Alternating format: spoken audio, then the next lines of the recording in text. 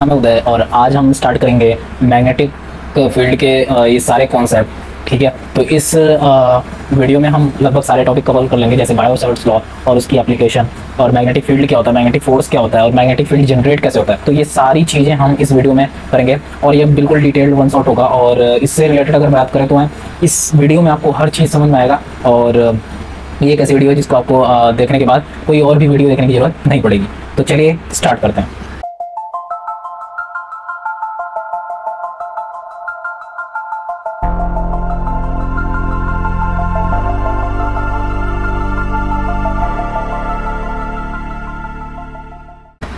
तो देखो, magnetic field क्या होता है। अगर मैं बात करूं मैग्नेटिक फील्ड की, तो मैग्नेटिक फील्ड क्या होता है, ये क्या होता है, the space around the magnet up to which it can attract magnetic material.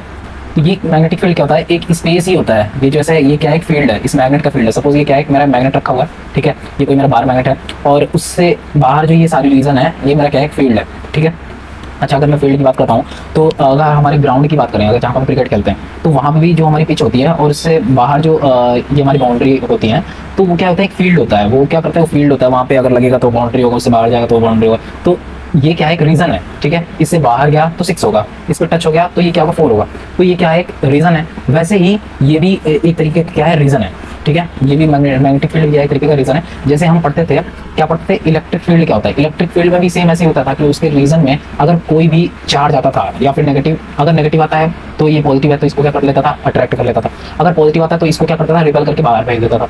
तो यहाँ पे इसको कुछ इन्फ्लुएंस पता चलता था। ठीक है, वैसे ही सेम वही कंडीशन है यहाँ पर भी। यहाँ पे क्या, मेरे पास एक मैग्नेट है जो कि जिसमें नॉर्थ और साउथ पोल है, और हमें पता है कि ये फील्ड लाइन होती है इनकी। नॉर्थ से साउथ क्या होता है, फील्ड लाइन जाता है बाहर मैग्नेट में।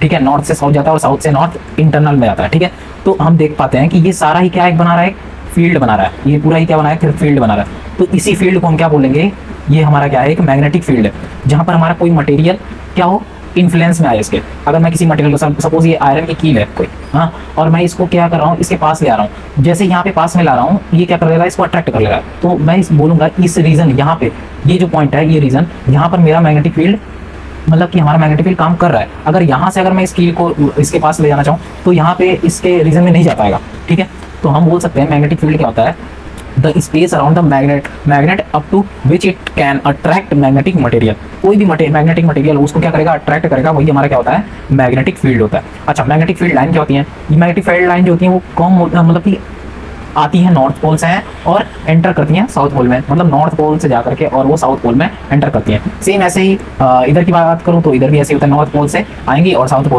पोल में एंटर करेंगी। और ये सब कहाँ होता है, आउटसाइड में होता है। अगर इन साइड में बात करूँ तो ये कहाँ होता है, साउथ से नॉर्थ मूव होती है। ठीक है, तो ये तो हो गया हमारा मैग्नेटिक फील्ड क्या होता है और मैग्नेटिक फील्ड लाइन क्या होती है। नेक्स्ट चलते हैं, अब हम बात करेंगे मैग्नेटिक प्रॉपर्टी क्या होती है। देखो, मैग्नेटिक प्रॉपर्टी ये 4-5 प्रॉपर्टी लिखे हैं जो कि आपको लिख के आना है। तो पहला तो प्रॉपर्टी यही है कि जो हमारी मैग्नेटिक फील्ड लाइन है वो हमेशा कहाँ से ट्रेवल करती है, नॉर्थ पोल से साउथ पोल ट्रेवल करती है आउटसाइड, और साउथ पोल से नॉर्थ पोल हमारी कहाँ जाती है, इनसाइड। ठीक है, अब देखो, जो टेंजेंट होता है किसी भी डायरेक्शन का, वो हमें डायरेक्शन देती है। जैसे ये हमारा कोई मैग्नेट है, ठीक है, और उसकी ये क्या है, फील्ड लाइन है।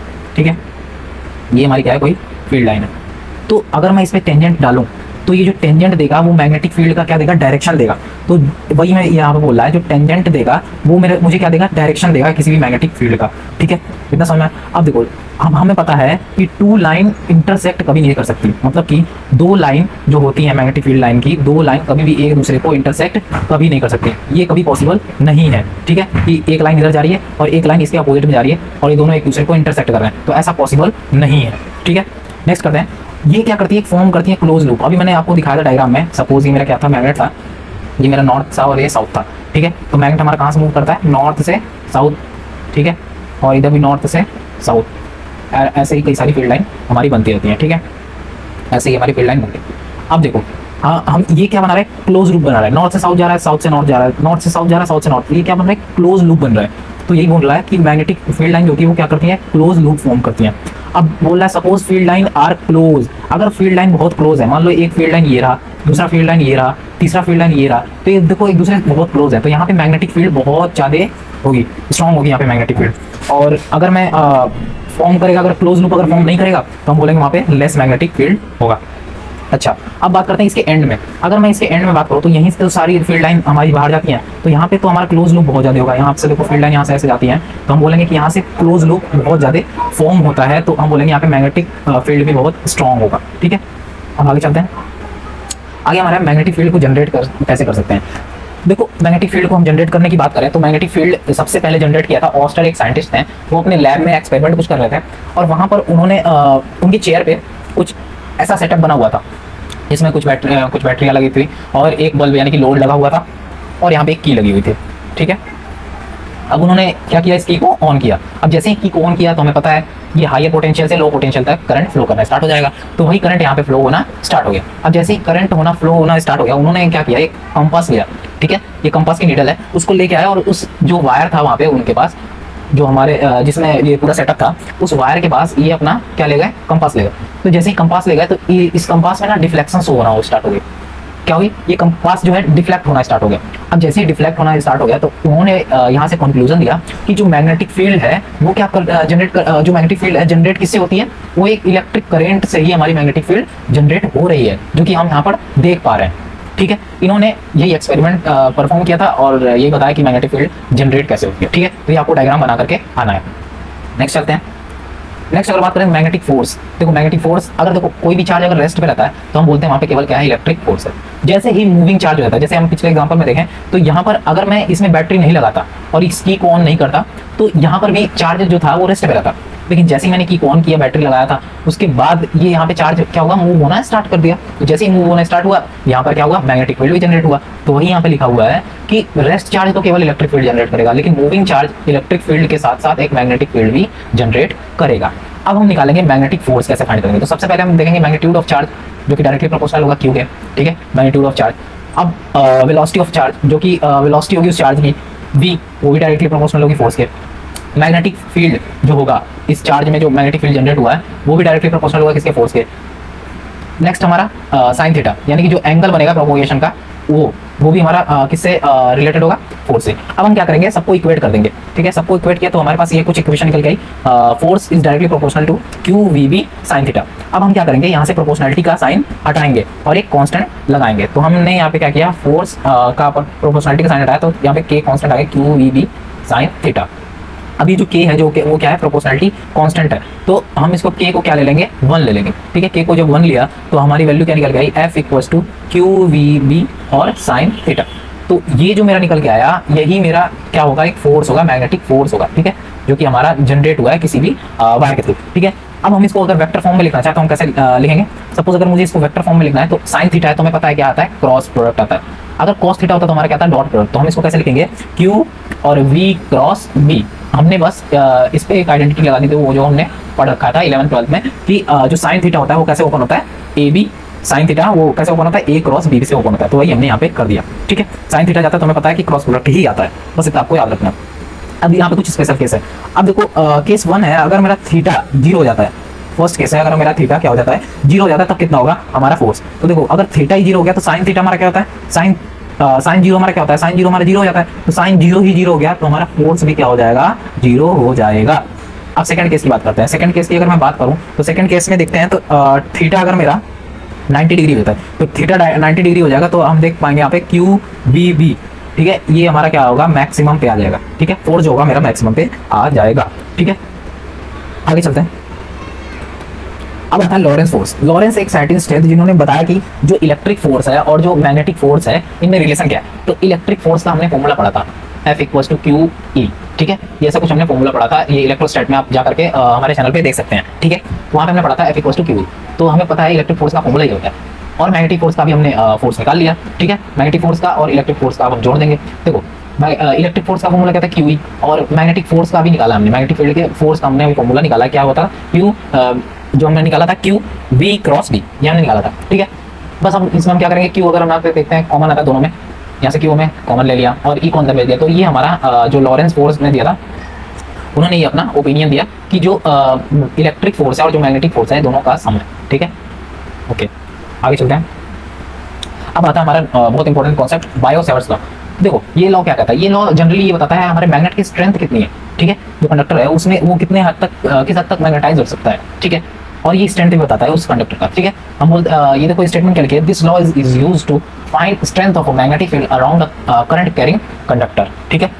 वही जो मैंने भी बोला कि वो स्ट्रेंथ कितनी है उस कंडक्टर में, ये हमें बायो-सैवर्ट्स लॉ से पता चलता है। तो सपोज ये मेरे पास कोई कंडक्टर था, ठीक है, ये मेरे पास कोई कंडक्टर है और इस कंडक्टर में आई फ्लो कर रहा है, यानी कि करंट फ्लो कर रहा है, और यहाँ से यहाँ तक का मैंने डिस्टेंस जो लिया वो है डीएल, और यहाँ से यहाँ तक पूरा डिस्टेंस जो है वो है कितना, एल, ठीक है। यहाँ पे सपोज यहाँ पे पॉइंट है इस ये पी, यहाँ पे हमें क्या निकालना है, मैग्नेटिक फील्ड निकालना है इस पी पॉइंट पे, और यहाँ से हमने कोई थीटा ले लिया जिस एंगल से उसको इंक्लाइन करा है, ठीक है।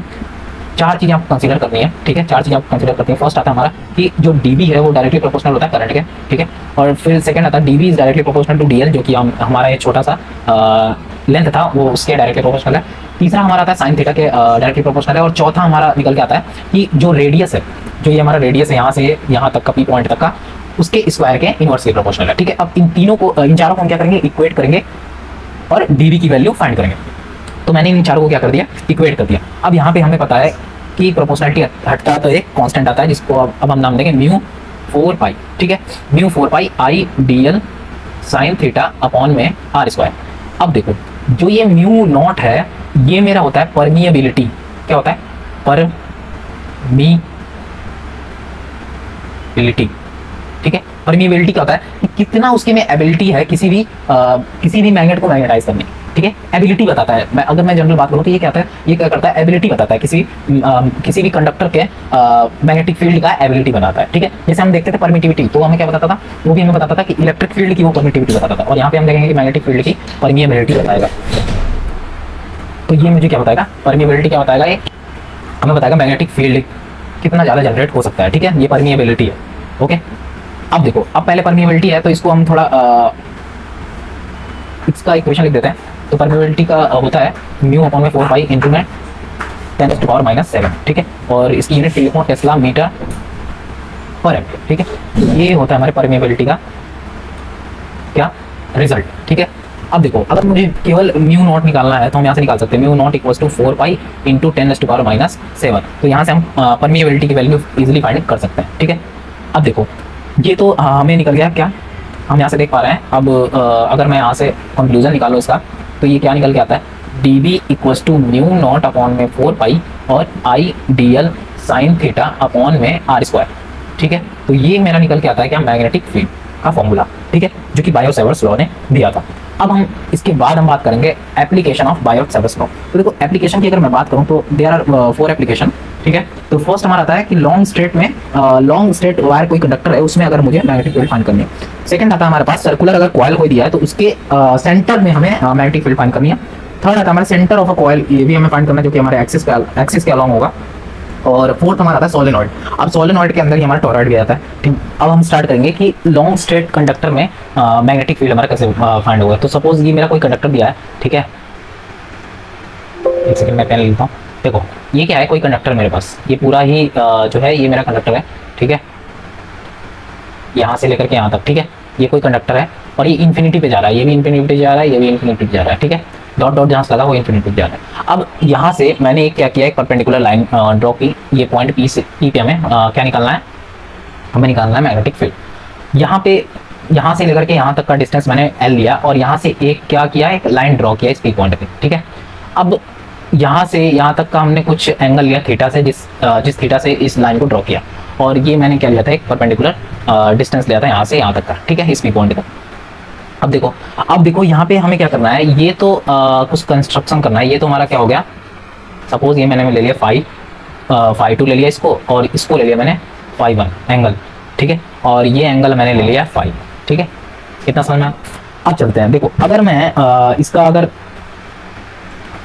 मैं एम बताऊं क्या क्या तुम्हें निकालना है, तो सबसे पहला तो तुम्हें निकालना है थीटा कितना है, हाँ थीटा हमें निकालना है। सेकंड हमारा एम जो रहेगा, जो फाइंड करने का वो हमारा रहेगा डीएल निकालना, और थर्ड जो एम होगा वो हमारा होगा आर को फाइंड करना, ठीक है। तो ये तीन चीज़ें अगर हम निकाल देंगे तो इजीली हमारा मैग्नेटिक फील्ड भी निकल आएगा। तो सबसे पहले हम निकालेंगे क्या, सबसे पहले हम निकालेंगे एंगल, ठीक है, हम निकालेंगे क्या, एंगल। तो अगर मैं एंगल की बात करूँ तो पहले तो according to Biot Savart's law, according to Biot law, ठीक है, बायो-सैवर्ट्स लॉ। तो बायो-सैवर्ट्स लॉ में क्या होगा, D V equals to mu naught upon में 4 pi I D L sine theta upon में आर स्क्वायर, ठीक है। ये हमें बोलता था, ये हमें बोलता था ना बायो-सेवर्ट्स लॉ, ये बोलता था। अब हम पहले इसको ले लेते हैं फर्स्ट इक्वेशन, ठीक है। अब हमें क्या फाइंड करना है, हमें फाइंड करना है थीटा, यही हमें फाइंड करना है थीटा और डीएल, और फिर आर हमें निकालना है। तो सबसे पहले निकालते हैं थीटा, ठीक है। थीटा कैसे निकालेंगे, तो थीटा हम यहाँ पे देख पा रहे हैं, थीटा यहाँ से देखते हैं तो ये मेरा 90 है, ये मेरा थीटा है और ये मेरा फाई है। तो हम यहाँ से थीटा इजीली निकाल सकते हैं, क्या, theta equals to 90 minus phi. तो यहाँ से हमने थीटा को फाइंड कर दिया, ठीक है। थीटा हमने फाइंड कर लिया। अब हमें फाइंड करना है डीएल। अब डीएल को निकालने के लिए हम क्या करेंगे, tan थीटा लगाएंगे, tan फाई लगाएंगे, थीटा नहीं, हमें tan फाई निकालना होगा। अगर हम देखें यहाँ पे तो परपेंडिकुलर यहाँ पे क्या है, अगर फाई को देखें तो यहाँ पे हमारा परपेंडिकुलर क्या है, परपेंडिकुलर ये मेरा हो जाएगा परपेंडिकुलर, और ये मेरा हो जाएगा हाइपो, और ये मेरा हो जाएगा बेस। कैसे पता चला, देखो जो हमारा परपेंडिकुलर होता है, ये हमारा परपेंडिकुलर जो हमने लगाया है, जो हमारा 90 डिग्री है, उसके सामने वाला हमेशा क्या होता है, हाइपो वो होता है हाइपोटेंशन, और ये जो थीटा के सामने वाला होता है वो हमेशा क्या होता है, परपेंडिकुलर, ठीक है। तो याद करने का ट्रिक है। तो मैं यहाँ पे देख पाता हूँ, तो ये मेरा परपेंडिकुलर, ये मेरा हाइपो और ये मेरा क्या है, बेस। तो हम tan थीटा लगा सकते हैं। tan हमारा क्या होता है, tan क्या होता है, परपेंडिकुलर अपॉन में, और क्या होता है, बेस, परपेंडिकुलर अपॉन में बेस। तो यहाँ पे हम देखें तो परपेंडिकुलर यहाँ पे क्या है, L है ना, परपेंडिकुलर हमारा क्या है, L है, और बेस हमें अभी नहीं पता है, ठीक है। बेस हमें नहीं पता है, बेस को हम ले लेंगे यहाँ से A, ठीक है। एक सेकेंड, बेस को हम यहाँ से यहाँ तक का बेस है जो, उसको मैं ले रहा हूँ A, ठीक है। तो हम क्या लिखेंगे, P जो कि मेरा ये था लेंथ यहाँ तक का, और बेस का हम ले लेंगे क्या, A, ठीक है। तो अब हम देख पा रहे हैं यहाँ पे कि हमें L की वैल्यू कितनी मिल गई, L इक्वल्स टू, यहाँ से L हम निकालें तो L इक्वल्स टू A, इधर जाकर मल्टीप्लाई हो जाएगा 10 के साथ, तो हमारा निकल के आ जाएगा L equals to A tan phi, ये निकल के आएगा, ठीक है। अब मुझे DL निकालना है, L तो हमने निकाल लिया, लेकिन हमें DL निकालना है ना। तो DL निकालना है तो इसको हम क्या कर देंगे, डिफरेंशिएट कर देंगे। तो DL और इसको अगर मैं डिफरेंशिएट करूँ इसको, तो डिफरेंशिएशन का आपको कॉन्सेप्ट पता होगा, कांस्टेंट तो हमारा बाहर आ गया, और tan का डिफरेंशिएशन क्या होता है, sec square x, sec square theta या फिर sec स्क्वायर एक्स। तो यहाँ पे फाई है तो हम लिखेंगे यहाँ पे sec फाई, ठीक है।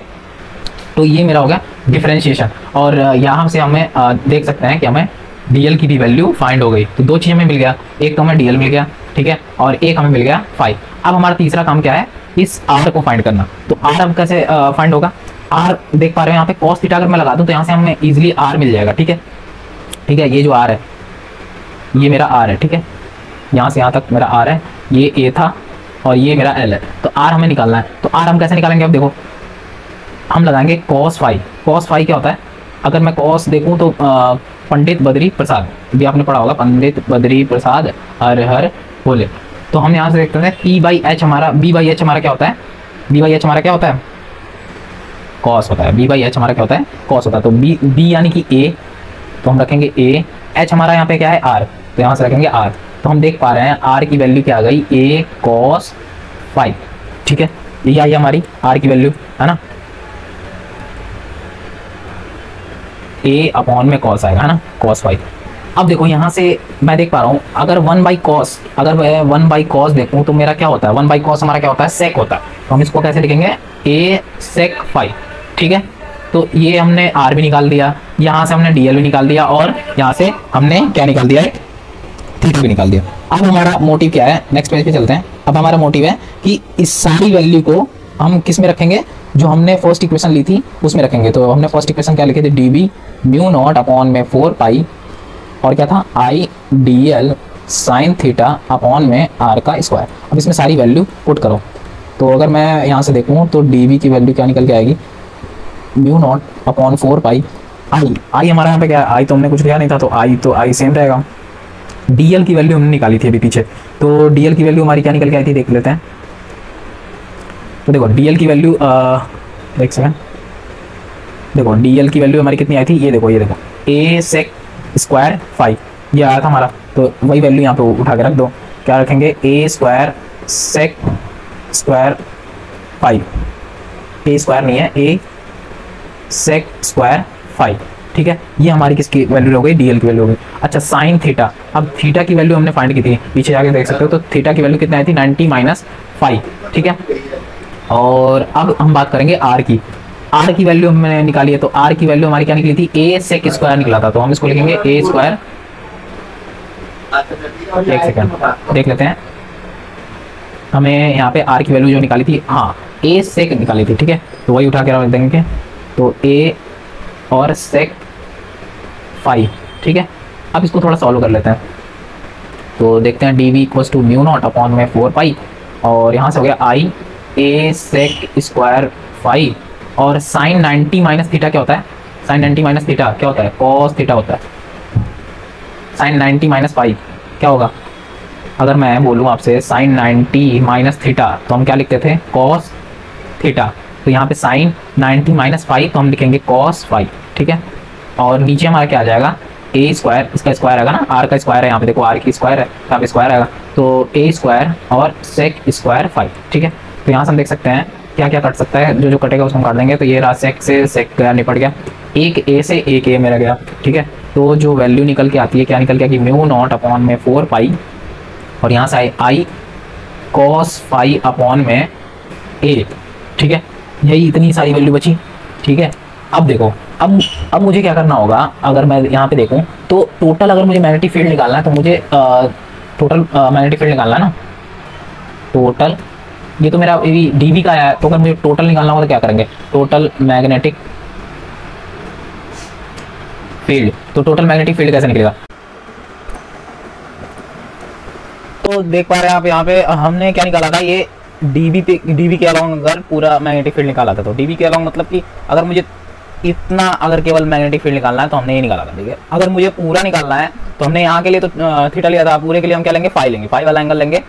तो हमारा जैसे पूरा जो हमारा मैग्नेटिक फील्ड होगा उसके अराउंड आ जाएगा। तो वही हम करेंगे।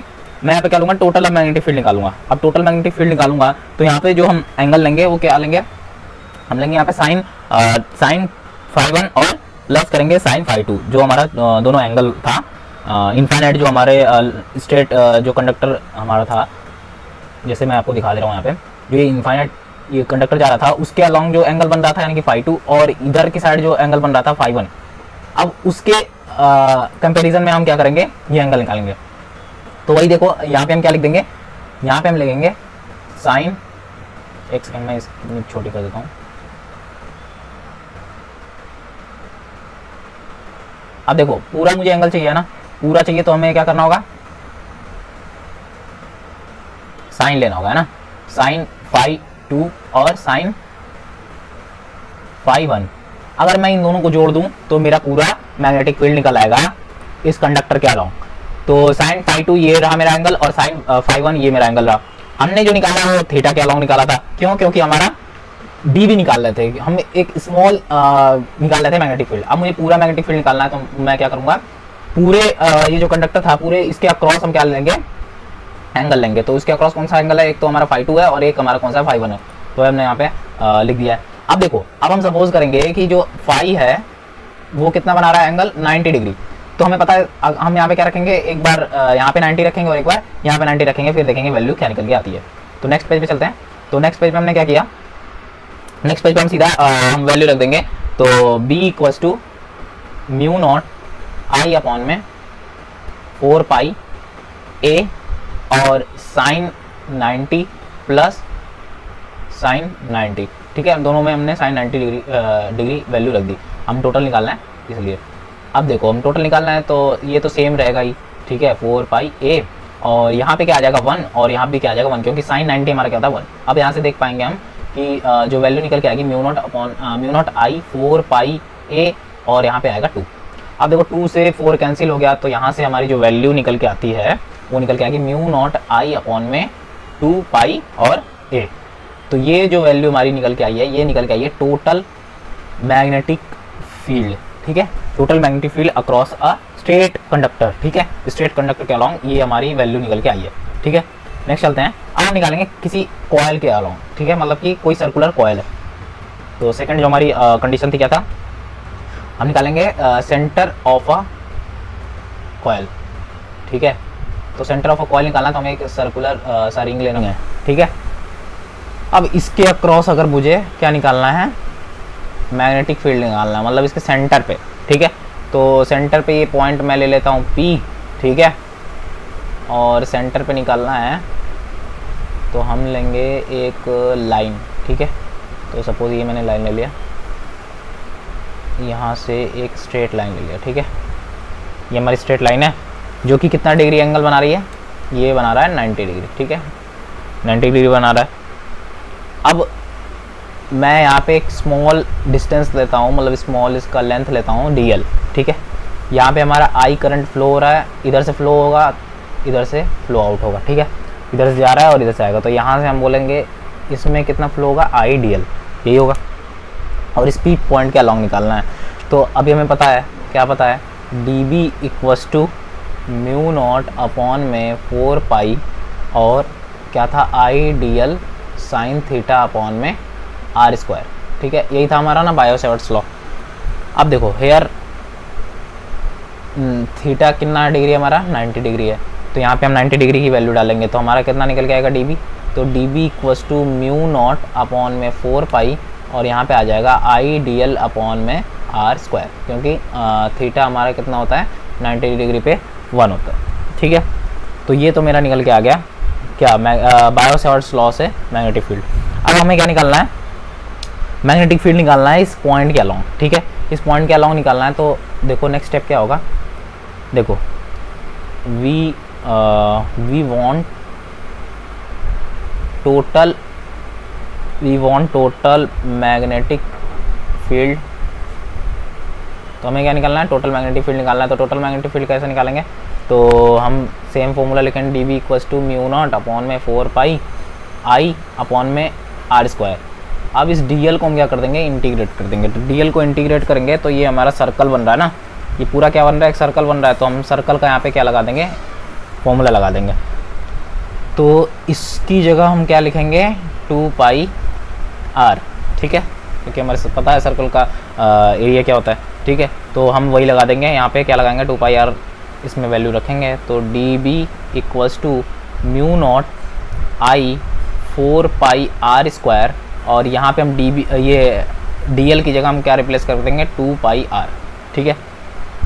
अब यहाँ से जो वैल्यू कट रही है उसको हम कट कर देंगे, तो देखो 2 पाई से ये 4 पाई कैंसिल और एक r से एक r कैंसिल, तो यहाँ से जो वैल्यू हमें निकल के आती है वो कितनी निकल के आएगी, म्यू नॉट I अपॉन में 2r।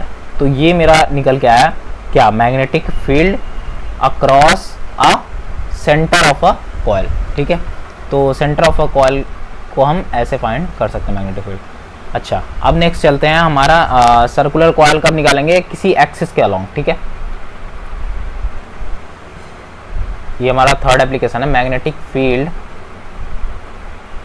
On the axis of circular coil, ठीक है। तो सर्कुलर कॉइल के अलॉन्ग निकालेंगे मैग्नेटिक फील्ड, तो सर्कुलर कॉइल बनाना है, ठीक है, सर्कुलर कॉइल, ठीक है, सर्कुलर, ठीक है। तो सपोज ये क्या है, एक कॉइल, और यहाँ से लेंगे सेंटर इसका सेंटर लेंगे, वहाँ से एक लाइन ड्रॉ करेंगे आगे तक, यहाँ से एक हो जाएगा और एक यहाँ से, ठीक है,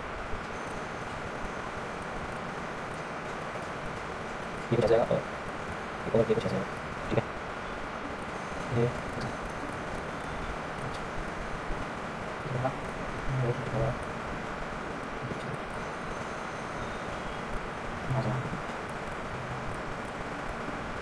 ठीक, ओके। तो ये मैंने कंस्ट्रक्ट किया, इसमें फ्लो पॉइंट होगा, ठीक है। आई हमें इसे करने का फ्लो, ये आता है जो मैंने लिखा है, यहाँ से आता है फ्लो है, डिस्टेंस जो ले रखा है x ले रखा है, ठीक है। ये मेरा r है, ओके, और ये मेरा स्मॉल क्या है, लेंथ है dl, ठीक है। और ये I इसमें फ्लो कर रहा है, ठीक है, ये I मेरा क्या कर रहा है, फ्लो करता रहा। ये जो एंगल मेरा है ये मेरा क्या है, फाई है, ठीक है। अब ये एंगल फाई है, तो यहाँ से जो हमारा मैग्नेटिक फील्ड इधर जाएगी, ठीक है, इसके अक्रॉस जो मैग्नेटिक फील्ड जाएगी dB, जिसको हम नाम दे रहे हैं, वो इधर जाएगी, और उसके ये जब एंगल फाई है तो ये भी मेरा क्या होगा, फाई होगा, ठीक है। तो ये फाई होगा तो ये भी मेरा क्या होगा, फाई होगा, है ना। अब ये जो दोनों फाई हैं तो हमें रिजोल्यूशन ऑफ वेक्टर पता है कि जो थीटा के साथ होता है उसको हम लिखते हैं क्या, dB cos थीटा, तो इसको हम लिखेंगे dB cos फाई, और इसको भी क्या लिखेंगे, dB cos फाई, ये लिखेंगे। और ये मेरा dB तो चल ही रहा है। अब देखो साइन थीटा के अलॉन्ग क्या आएगा, एक तो आएगा मेरा dB साइन फाई, और दूसरा भी आएगा क्या, dB साइन फाई। एक इसका, एक इस एंगल का कंपोनेंट और एक इस एंगल का कंपोनेंट। तो ये तो हमने रिजॉल्व कर दिया इस वेक्टर को, ठीक है। अब कुछ नहीं करना है, सीधा आपको साइन थीटा का वाला फॉर्मूला लगाना है। क्या, sine phi equals to, sine phi हमारा क्या था, परपेंडिकुलर अपॉन में हाइपोटेनस। तो यहाँ पे हम देख पा रहे हैं परपेंडिकुलर क्या है मेरा, ए है। इस थीटा के लॉन्ग देखो परपेंडिकुलर क्या है, ए है, और हाइपोटेनस क्या है मेरा, आर है। यही तो है, तो हम वही लिखेंगे। ये मेरा है हाइपो, ये मेरा है परपेंडिकुलर, और ये मेरा क्या है, बेस। ठीक है, यही है। तो परपेंडिकुलर यहाँ पे मेरा क्या है, ए है, तो ए, और हाइपोटेनस मेरा क्या है, आर। तो मेरा यहाँ से निकल के आता है साइन फाई, जो निकल के आता है ए अपॉन में आर। ठीक है, अब हम लगाएंगे सीधा बायो-सैवर्ट्स लॉ। तो बायो-सैवर्ट्स लॉ क्या करता है, D B equals to mu naught I upon में 4 पाई डी एल साइन, और यहाँ पे थीटा है, थीटा नहीं है, यहाँ पे थीटा नहीं है, तो हम यहाँ पे लेंगे फाई, और आर स्क्वायर तो ऐसे चल ही रहा है, आर स्क्वायर। ठीक है, अब अगर थीटा अगर मैं ले लेता हूँ अगर 90 डिग्री, या फिर फाई ले लेता हूँ अगर 90 डिग्री, तो हमारा क्या निकल जाएगा। देखो आगे चलते हैं, नेक्स्ट पेज पे चलते हैं। तो अगर मैं थीटा ले लेता हूँ 90 डिग्री, तो हमारा यहाँ से डी बी जो निकल के आता है आई डी एल म्यू नॉट आई डी एल 4 पाई, नीचे आएगा आर स्क्वायर। तो ये मेरा निकल के आता है पूरा डी बी। इसको ले लो फर्स्ट इक्वेशन। अब तुम क्या करो, अब इसमें साइन थीटा की वैल्यू सीधा पुट कर दो। हमें पता है क्या रिजल्ट हमारा क्या आता है, जो रिजल्ट हमारा आता है, result of magnetic field, figure में देखते हैं। देखो दिखाता हूँ अभी। तो देखो रिजल्ट, इससे तो ये कैंसिल हो गया है ना, ये इक्वल एंड अपोजिट है, तो कैंसिल हो गया। बचा क्या मेरा, बच क्या गया, एक तो ये डी बी साइन थीटा, और ये दूसरा वाला डी बी साइन थीटा। ठीक है, इसी के अगर अक्रॉस मेरा क्या आएगा, मैग्नेटिक फील्ड आएगा। तो वही हमने यहाँ पे लिखा है कि जो रिजल्ट आएगा जो मैग्नेटिक फील्ड का, वो कितना आएगा। तो देखो रिजल्ट की अगर बात करूंगा मैं, तो क्या आएगा, B equals to integration of D B sine phi. Sine phi है ना, साइन फाई के रिस्पेक्ट में जा रहा है, तो इसलिए साइन फाई होगा। अच्छा, अब इसको क्या करो, सीधा पुट कर दो वैल्यू यहाँ पे, ये dv की वैल्यू यहाँ से उठा के इक्वेशन 1 वाली उठा के यहाँ पे पुट कर दो। तो देखो यहाँ से हमारी जो v की वैल्यू आ जाती क्या, म्यू नॉट आई डी एल अपॉन में 4 पाई आर स्क्वायर। अब ये साइन थीटा जो हमने निकाला था, साइन फाई, यहाँ पे देख सकते हो आप, साइन फाई जो निकाला था वो निकाला था a अपॉन में आर। अब वो वैल्यू यहाँ पे उठा के रख दो, तो वहाँ पे हम क्या लिखेंगे, अच्छा a अपॉन में आर यहाँ पे रखो, a अपॉन में आर। ठीक है, तो यहाँ से हमें वैल्यू निकल के आ गई, ये वैल्यू हमें निकल के आ गई। अब हम क्या करेंगे, इस डीएल को हम करेंगे इंटीग्रेट। ठीक है, क्योंकि ये क्या है, एक सर्कुलर कॉइल है, तो इसलिए यहाँ भी वही सेम लगेगा, सेम फॉर्मूला। तो b equals to mu naught I upon में 4 pi R square a upon में r। ठीक है, और इंटीग्रेट कर रहे हैं किसको, dl को। अब dl को इंटीग्रेट करोगे तो सर्कुलर कॉइल है, तो यहाँ पे भी सेम वही आएगा, b equals to mu naught I upon में 4 पाई r क्यूब हो जाएगा ना, आर स्क्वायर है तो यहाँ पे आर क्यूब हो जाएगा, और ऊपर आ गया मेरा ए। और इसको अगर मैं क्या करूँगा, सर्कुलर कॉइल अगर फॉर्मूला लगाऊंगा तो हमारा क्या आएगा, 2 पाई ए। एक सर्कल है तो इसलिए 2 पाई ए आ जाएगा। अच्छा, वहाँ पे रेडियस आर था, यहाँ पे रेडियस क्या है, ए है, इसलिए मैंने ए लिया है। ठीक है, देख सकते हो यहाँ पे आपका रेडियस कितना है, ए है, ये देखो रेडियस है ना, ए है। और वहाँ पे अगर पीछे हम बात करें तो वहाँ पे मेरा आर था, यहाँ पे देखो ये हमारा रेडियस जो था वो आर था, और वहाँ पे क्या है, ए है। ठीक है, अब चलो, अब सीधा इसमें जो कट सकता है उसको हम काट देते हैं, बाकी मल्टीप्लाई कर देते हैं। तो हम क्या करेंगे, पहले तो इसका सबसे पहले मल्टीप्लाई कर दो। तो पहले 2 पाई से ये 4 पाई कैंसिल हो जाएगा, है ना। तो वैल्यू कितनी आ जाएगी, म्यू नॉट आई ए का स्क्वायर अपॉन में 2r क्यूब, ये आ गया। अब तुम्हें r की वैल्यू फाइंड करनी है, इस r की वैल्यू, ये r की वैल्यू। अब r की वैल्यू कैसे फाइंड होगी, तो हम लगाएंगे यहाँ पे पाइथागोरस थ्योरम। तो r की वैल्यू हम क्या लगाएंगे, निकाल लेंगे कैसे, r की वैल्यू अगर निकालनी है तो हमें पता है ये पाइथागोरस थ्योरम से हम सॉल्व कर सकते हैं। तो r का निकालना है, तो r इक्वल्स टू इसका स्क्वायर यानी कि a स्क्वायर प्लस इसका स्क्वायर यानी कि x स्क्वायर, यही तो होता है परपेंडिकुलर स्क्वायर प्लस हाइपोटेनस का स्क्वायर। तो ये मेरा r की वैल्यू निकल गई। अच्छा, ये एक r की वैल्यू केवल आई है, अगर मुझे 3r का अगर क्यूब है तो हम क्या लिखेंगे, अगर ये r की वैल्यू केवल लिखता हूं मैं तो a square plus x square. r square अगर होता है तो हम लिखते हैं a square plus x square. अगर r क्यूब अगर आ जाए मेरा तो मैं क्या लिखूंगा, अगर r क्यूब आ जाता है तो क्या लिखूंगा, तो अगर r क्यूब आता है तो हम लिखेंगे ए का स्क्वायर प्लस एक्स का स्क्वायर, और इन सब के ऊपर क्या आ जाएगा 3/2। ठीक है, ये तो हम लिखेंगे अगर आर का क्यूब लिखना है तो। अच्छा, इसको हम और भी ऐसे भी तो लिख सकते हैं, ए स्क्वायर प्लस एक्स स्क्वायर। अगर इस रूट को मुझे हटाना है तो 1/2 लिख दूं। ठीक है, तो बस वही लिखा है मैंने। यहाँ पे आर क्यूब है तो यहाँ पे 3 आ गया। ठीक है, ऊपर 3 आ गया, तो ये मेरा आर क्यूब की वैल्यू ये सीधा उठा के इसमें पुट करनी है। अब तो हम सीधा उठा के इसमें वैल्यू पुट करेंगे, तो b equals to mu naught I A square upon में 2 पाई, एक सेकेंड, ये आएगा 2 आर क्यूब। आर क्यूब की जगह हम क्या लिखेंगे अब, ए स्क्वायर प्लस एक्स स्क्वायर और 3/2। तो ये जो वैल्यू निकल के आई है मेरी, किसकी निकल के आई है, ये निकल के आई है किसी एक्सिस के अलोंग मैग्नेटिक फील्ड। ठीक है, नेक्स्ट चलते हैं। चलो, अब आएगा हमारा सोलेनॉइड। ठीक है, तो सोलेनॉइड क्या होता है, पहले ये तो समझ ले सोलेनॉइड होता क्या है। तो देखो सोलेनॉइड का था, it is a coil of a wire having large number of turns closely bounded together such that diameter of a coil is very small as compare to the length.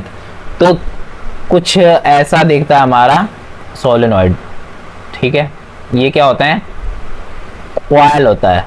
और ये coil कैसे बनता है, किसी wire को अगर हम closely bound कर देते हैं नंबर ऑफ टर्न से, तो ये मेरा क्या बन जाता है, एक सोलेनॉइड बन जाता है। ठीक है, एक तरीके का इंडक्टर ही होता है ये भी। ठीक है, अच्छा, तो अगर ये कॉइल है तो यहाँ पे हमारा मैग्नेटिक बिहेवियर शो करेगा। अब देखो मैग्नेटिक बिहेवियर शो करेगा तो इसमें क्या आएगा, एक क्या बनाएगा, एक लूप बनाएगा। ठीक है, ऐसा फील्ड बनाएगा, है ना, नॉर्थ से साउथ जाएगा तो ये एक फील्ड बनाएगा। तो ये मेरा क्या है, कि सोलेनॉइड है। ठीक है, ये मेरा क्या है, सोलेनॉइड है। अच्छा, अगर मैं बी आउटपुट मतलब मैग्नेटिक फील्ड, अगर मैं यहाँ इस रीजन की बात करूंगा, इस फील्ड के बाहर, तो मैग्नेटिक फील्ड इस फील्ड के बाहर कितनी होगी, 0। तो हम लिखेंगे बी आउटपुट, मतलब बी जो आउट होता है सोलेनॉइड के, तो वो कितना होता है, 0 होता है। ठीक है, ये आपको बात याद रखनी है। अब हम इसका करेंगे डेरिवेशन। ठीक है, तो डेरिवेशन करते हैं। तो देखो डेरिवेशन कैसे करेंगे, सिंपल। पहले तो मैं डायग्राम बना लेता हूँ।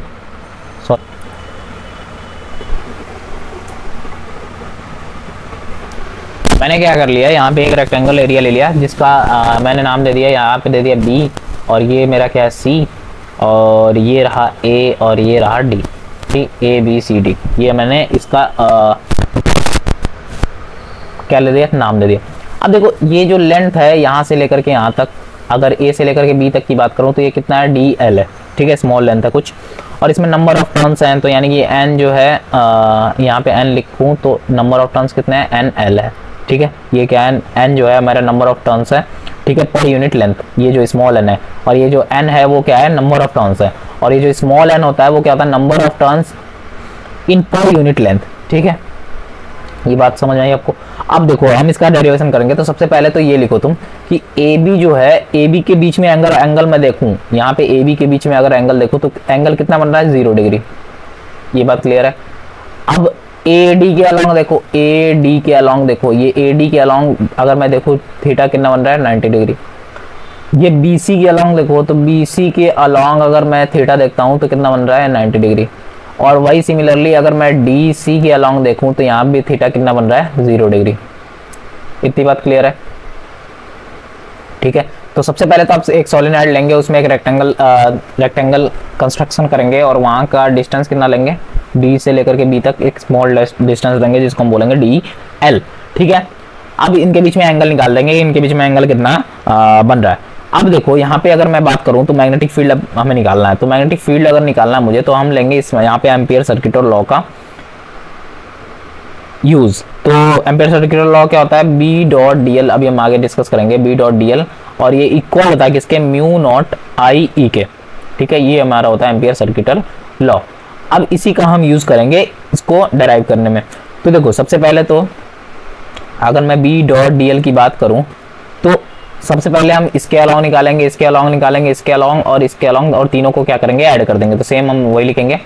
देखो क्या लिखेंगे, सबसे पहले निकालेंगे ए बी का, तो A B B dot D L, अच्छा डॉट प्रोडक्ट है तो यहाँ पे हम क्या लिखेंगे कॉस थीटा, तो यहाँ पे लिखेंगे B dot D L cos theta, तो यहाँ पे हम लिख देते हैं B dot D L cos theta. Same ऐसे ही अब हम लिखेंगे ए बी और ए डी हो गया B D L cos theta, यहाँ भी सिमिलरली यहाँ पे भी यहाँ पे लिखते हैं बी सी का, तो हो जाएगा बी डी एल यहाँ भी कॉस थीटा, और ऐसे ही यहाँ पे डी सी का भी, यानी कि B D L cos theta. अब सारे थीटा की वैल्यू डाल दो, पहले बी सी की वैल्यू, फिर डी सी, फिर ए डी और ए बी की वैल्यू। तो यहाँ पे देख पा रहे हो कि cos 90 हमारे कितना होता है। अगर मैं पूछूं तुमसे cos 90 कितना होता है, तो हमें पता है cos 90 कितना होता है, 0 होता है, ठीक है।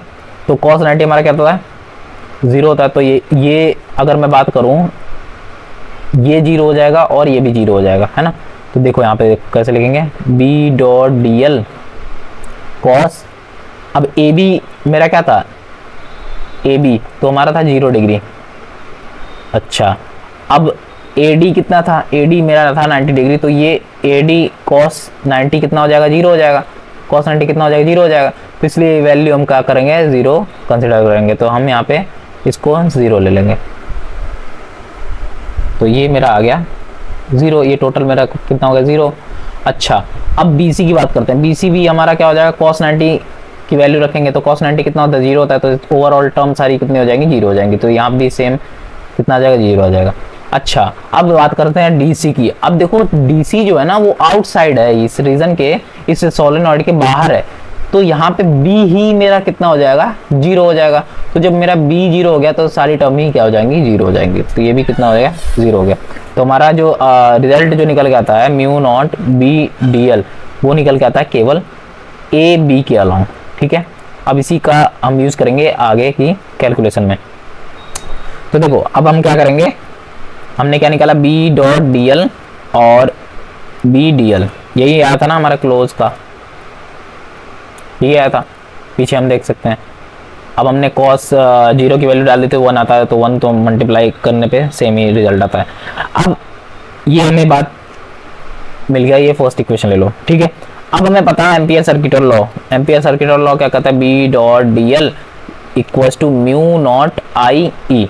अब इस दोनों इक्वेशन को क्या कर दो, इक्वेट कर दो। तो दोनों इक्वेशन को अगर मैं इक्वेट करता हूँ, इक्वेट फर्स्ट एंड सेकेंड, तो दोनों को अगर मैं इक्वेट करता हूँ, इन दोनों को इक्वेट करता हूँ अगर, तो मेरे पास एक ये और एक ये वैल्यू निकल के आएगी, यानी कि B dot D L equals to mu naught I E, ठीक है।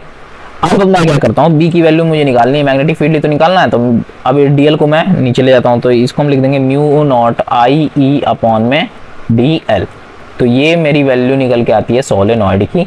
अब यहाँ पे हम नंबर ऑफ टर्न्स का भी यूज कर सकते हैं। तो नंबर ऑफ टर्न्स अगर मैं बात करूँ, यहाँ पे n है, तो यहाँ पे हम इसको ऐसे भी लिख सकते हैं म्यू नॉट आई ई और यहाँ पे लिखेंगे एन एल, ठीक है। अगर मैं टोटल अगर लेंथ की बात करूंगा तो यहाँ पर हम लिख देंगे एल, तो ये एल से ये एल कैंसिल हो जाता है, तो हम लिख सकते हैं म्यू नॉट एन आई ई। तो ये भी एक वैल्यू निकल के यहाँ से आती है सोलेनॉइड की। तो ये तो हमारा एक्चुअल रिजल्ट हो गया। अब इसमें हमने क्या किया, नंबर ऑफ टर्न्स का बस मल्टीप्लाई किया है, तो नंबर ऑफ टर्न्स से ये जो लेंथ होगी हमारी कैंसिल हो जाएगी, तो ये हमारा एक्चुअल रिजल्ट निकल के आएगा बी का, ठीक है। अब हम बात करते हैं टोरॉइड का। तो देखो टोरॉइड क्या होता है, एक और बनाते हैं।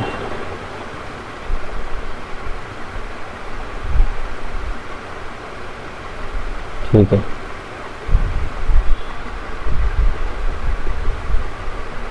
ये क्या है, कोई टोरॉइड है। अब इस टोरॉइड में कुछ नहीं किया है मैंने, जो वो मेरा सोलेनॉइड था उसी को क्या कर दिया है, बस एक सर्कल की फॉर्म में फोल्ड कर दिया है और कुछ नहीं किया। तो देखो ये मेरा क्या है, टोरॉइड है, ये मेरा क्या है, टोरॉइड है। अब देखो टोरॉइड क्या होता है, सोलेनॉइड को अगर ये जो मेरा सोलेनॉइड था, ये अगर इसी को मैं राउंड कर देता हूँ, ऐसे राउंड कर देता हूँ, तो मेरा क्या बन जाता है, एक सर्कल टाइप का बन जाता है, उसी को हम बोलेंगे टोरॉइड, ठीक है। अब देखो ये टोरॉइड क्या, टोरॉइड की अगर मैं बात करूंगा तो टोरॉइड के बीच, अगर पहले तो हम बात करते हैं बी आउटसाइड की, बी आउटसाइड तो यहाँ पे क्या होगा, 0 होगा, क्योंकि यहाँ पे मैग्नेटिक फील्ड कुछ होगी नहीं। बी इनसाइड बी क्या होगा, मेरा 0 होगा। केवल और केवल मैग्नेटिक फील्ड जो होगा वो हमारे सरफेस पे होगा, और कितना होगा, वो इक्वल होगा किसके, सोलेनॉइड के। तो अगर मैं बी इनसाइड की बात करता हूं तो ये भी कितना होगा 0, और बी आउटसाइड की बात करता हूं ये भी होगा 0। लेकिन बी अगर सरफेस की बात करता हूं, सरफेस पे मेरा कितना होगा, जितना कि हमने अभी निकाला था सोलेनॉइड का उसके इक्वल होगा। ठीक है, तो ये होता है मेरा टोरॉइड। तो ये सारी चीजें आपको मैंने बता दी। अब हम करेंगे एम्पियर सर्किटल लॉ। ठीक है,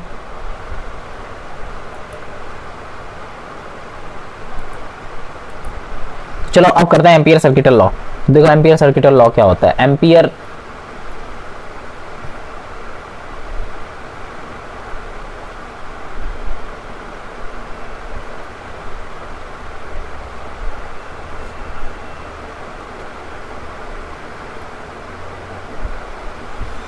सर्किटल लॉ क्या कहता है, एम्पियर सर्किटल लॉ के अकॉर्डिंग क्या होता है, the law ampere circuital law, the line integral of a magnetic field is equal to the mu naught times in net electric current passing through the loop. ये क्या होता है कि जो हमारा लाइन इंटीग्रल होता है, ठीक है, लाइन इंटीग्रल किसके इक्वल होता है, म्यू नॉट टाइम्स, ये जो म्यू नॉट यानी कि परमिटिविटी है उसके और करंट के मल्टीप्लिकेशन के इक्वल होता है। ठीक है, ये मेरे बोलते हैं एम्पियर सर्किटल लॉ। ठीक है, तो वही बोल रहा हूं, एम्पियर सर्किटल लॉ क्या होता है, according to this law the line integral of a magnetic field is equal to the mu naught times the net current passing through the loop. तो सपोज ये कोई मेरा लूप है, हाँ, और यहाँ पे मेरा क्या हो रहा है, करंट पास कर रहा है, ये करंट मेरा पास कर रहा है। तो इस करंट से म्यू नॉट टाइम्स जो हमारा करंट पास हो रहा है इस लूप से, उसी को हम क्या बोलेंगे, एम्पियर सर्किटल लॉ बोलेंगे। अब देखो, अगर मैं इसकी बात करूं तो इसको हम प्रूव कैसे करेंगे, तो हम यहाँ पे देख पा रहे हैं बी डॉट डीएल। पहले तो ये हमने लूप बना दिया, ठीक है, और यहाँ पे डीएल जो हमने स्मॉल लेंथ लिया है इसका, और एक इससे हम क्या देख रहे हैं कि मैग्नेटिक फील्ड इधर की तरफ पास हो रही है। और यहाँ पे अगर मैं थीटा की बात करूं तो यहाँ पे 0 डिग्री बन रहा है। अब देखो इसके प्रूफ की साइड चलते हैं, तो प्रूफ कैसे होगा इसका।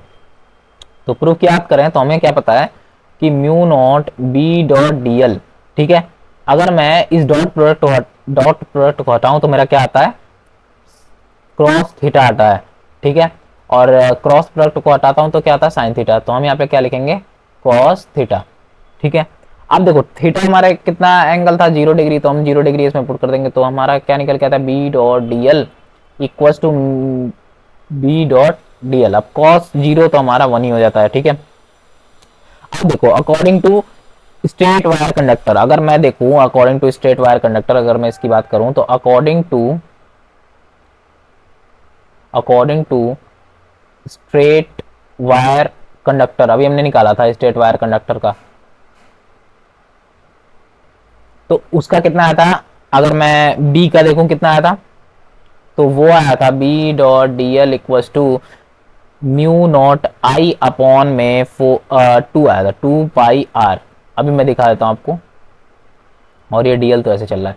तो स्ट्रेट वायर कंडक्टर पे चलते हैं, स्ट्रेट वायर कंडक्टर, एक सेकेंड,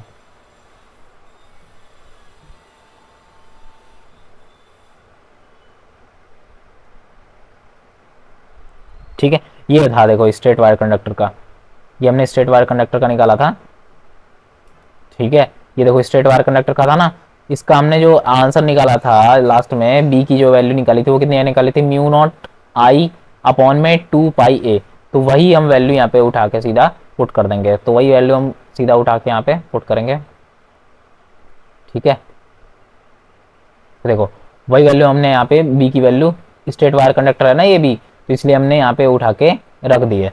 ठीक है, अब देखो, अब इसको हम क्या कर सकते हैं, अब देखो डीएल की वैल्यू में फाइंड कर सकते हैं, कैसे, 2 पाई आर, क्योंकि एक सर्कुलर रूप बना रहा ना, तो 2 पाई आर की वैल्यू हम यहाँ पे रख देंगे, 2 पाई आर रख देंगे, तो यानी कि म्यू नॉट आई अपॉन में 4 पाई आर, और इंटीग्रेट कर देंगे डीएल को, तो डीएल की जगह हम क्या लिखेंगे अब, 2 पाई आर।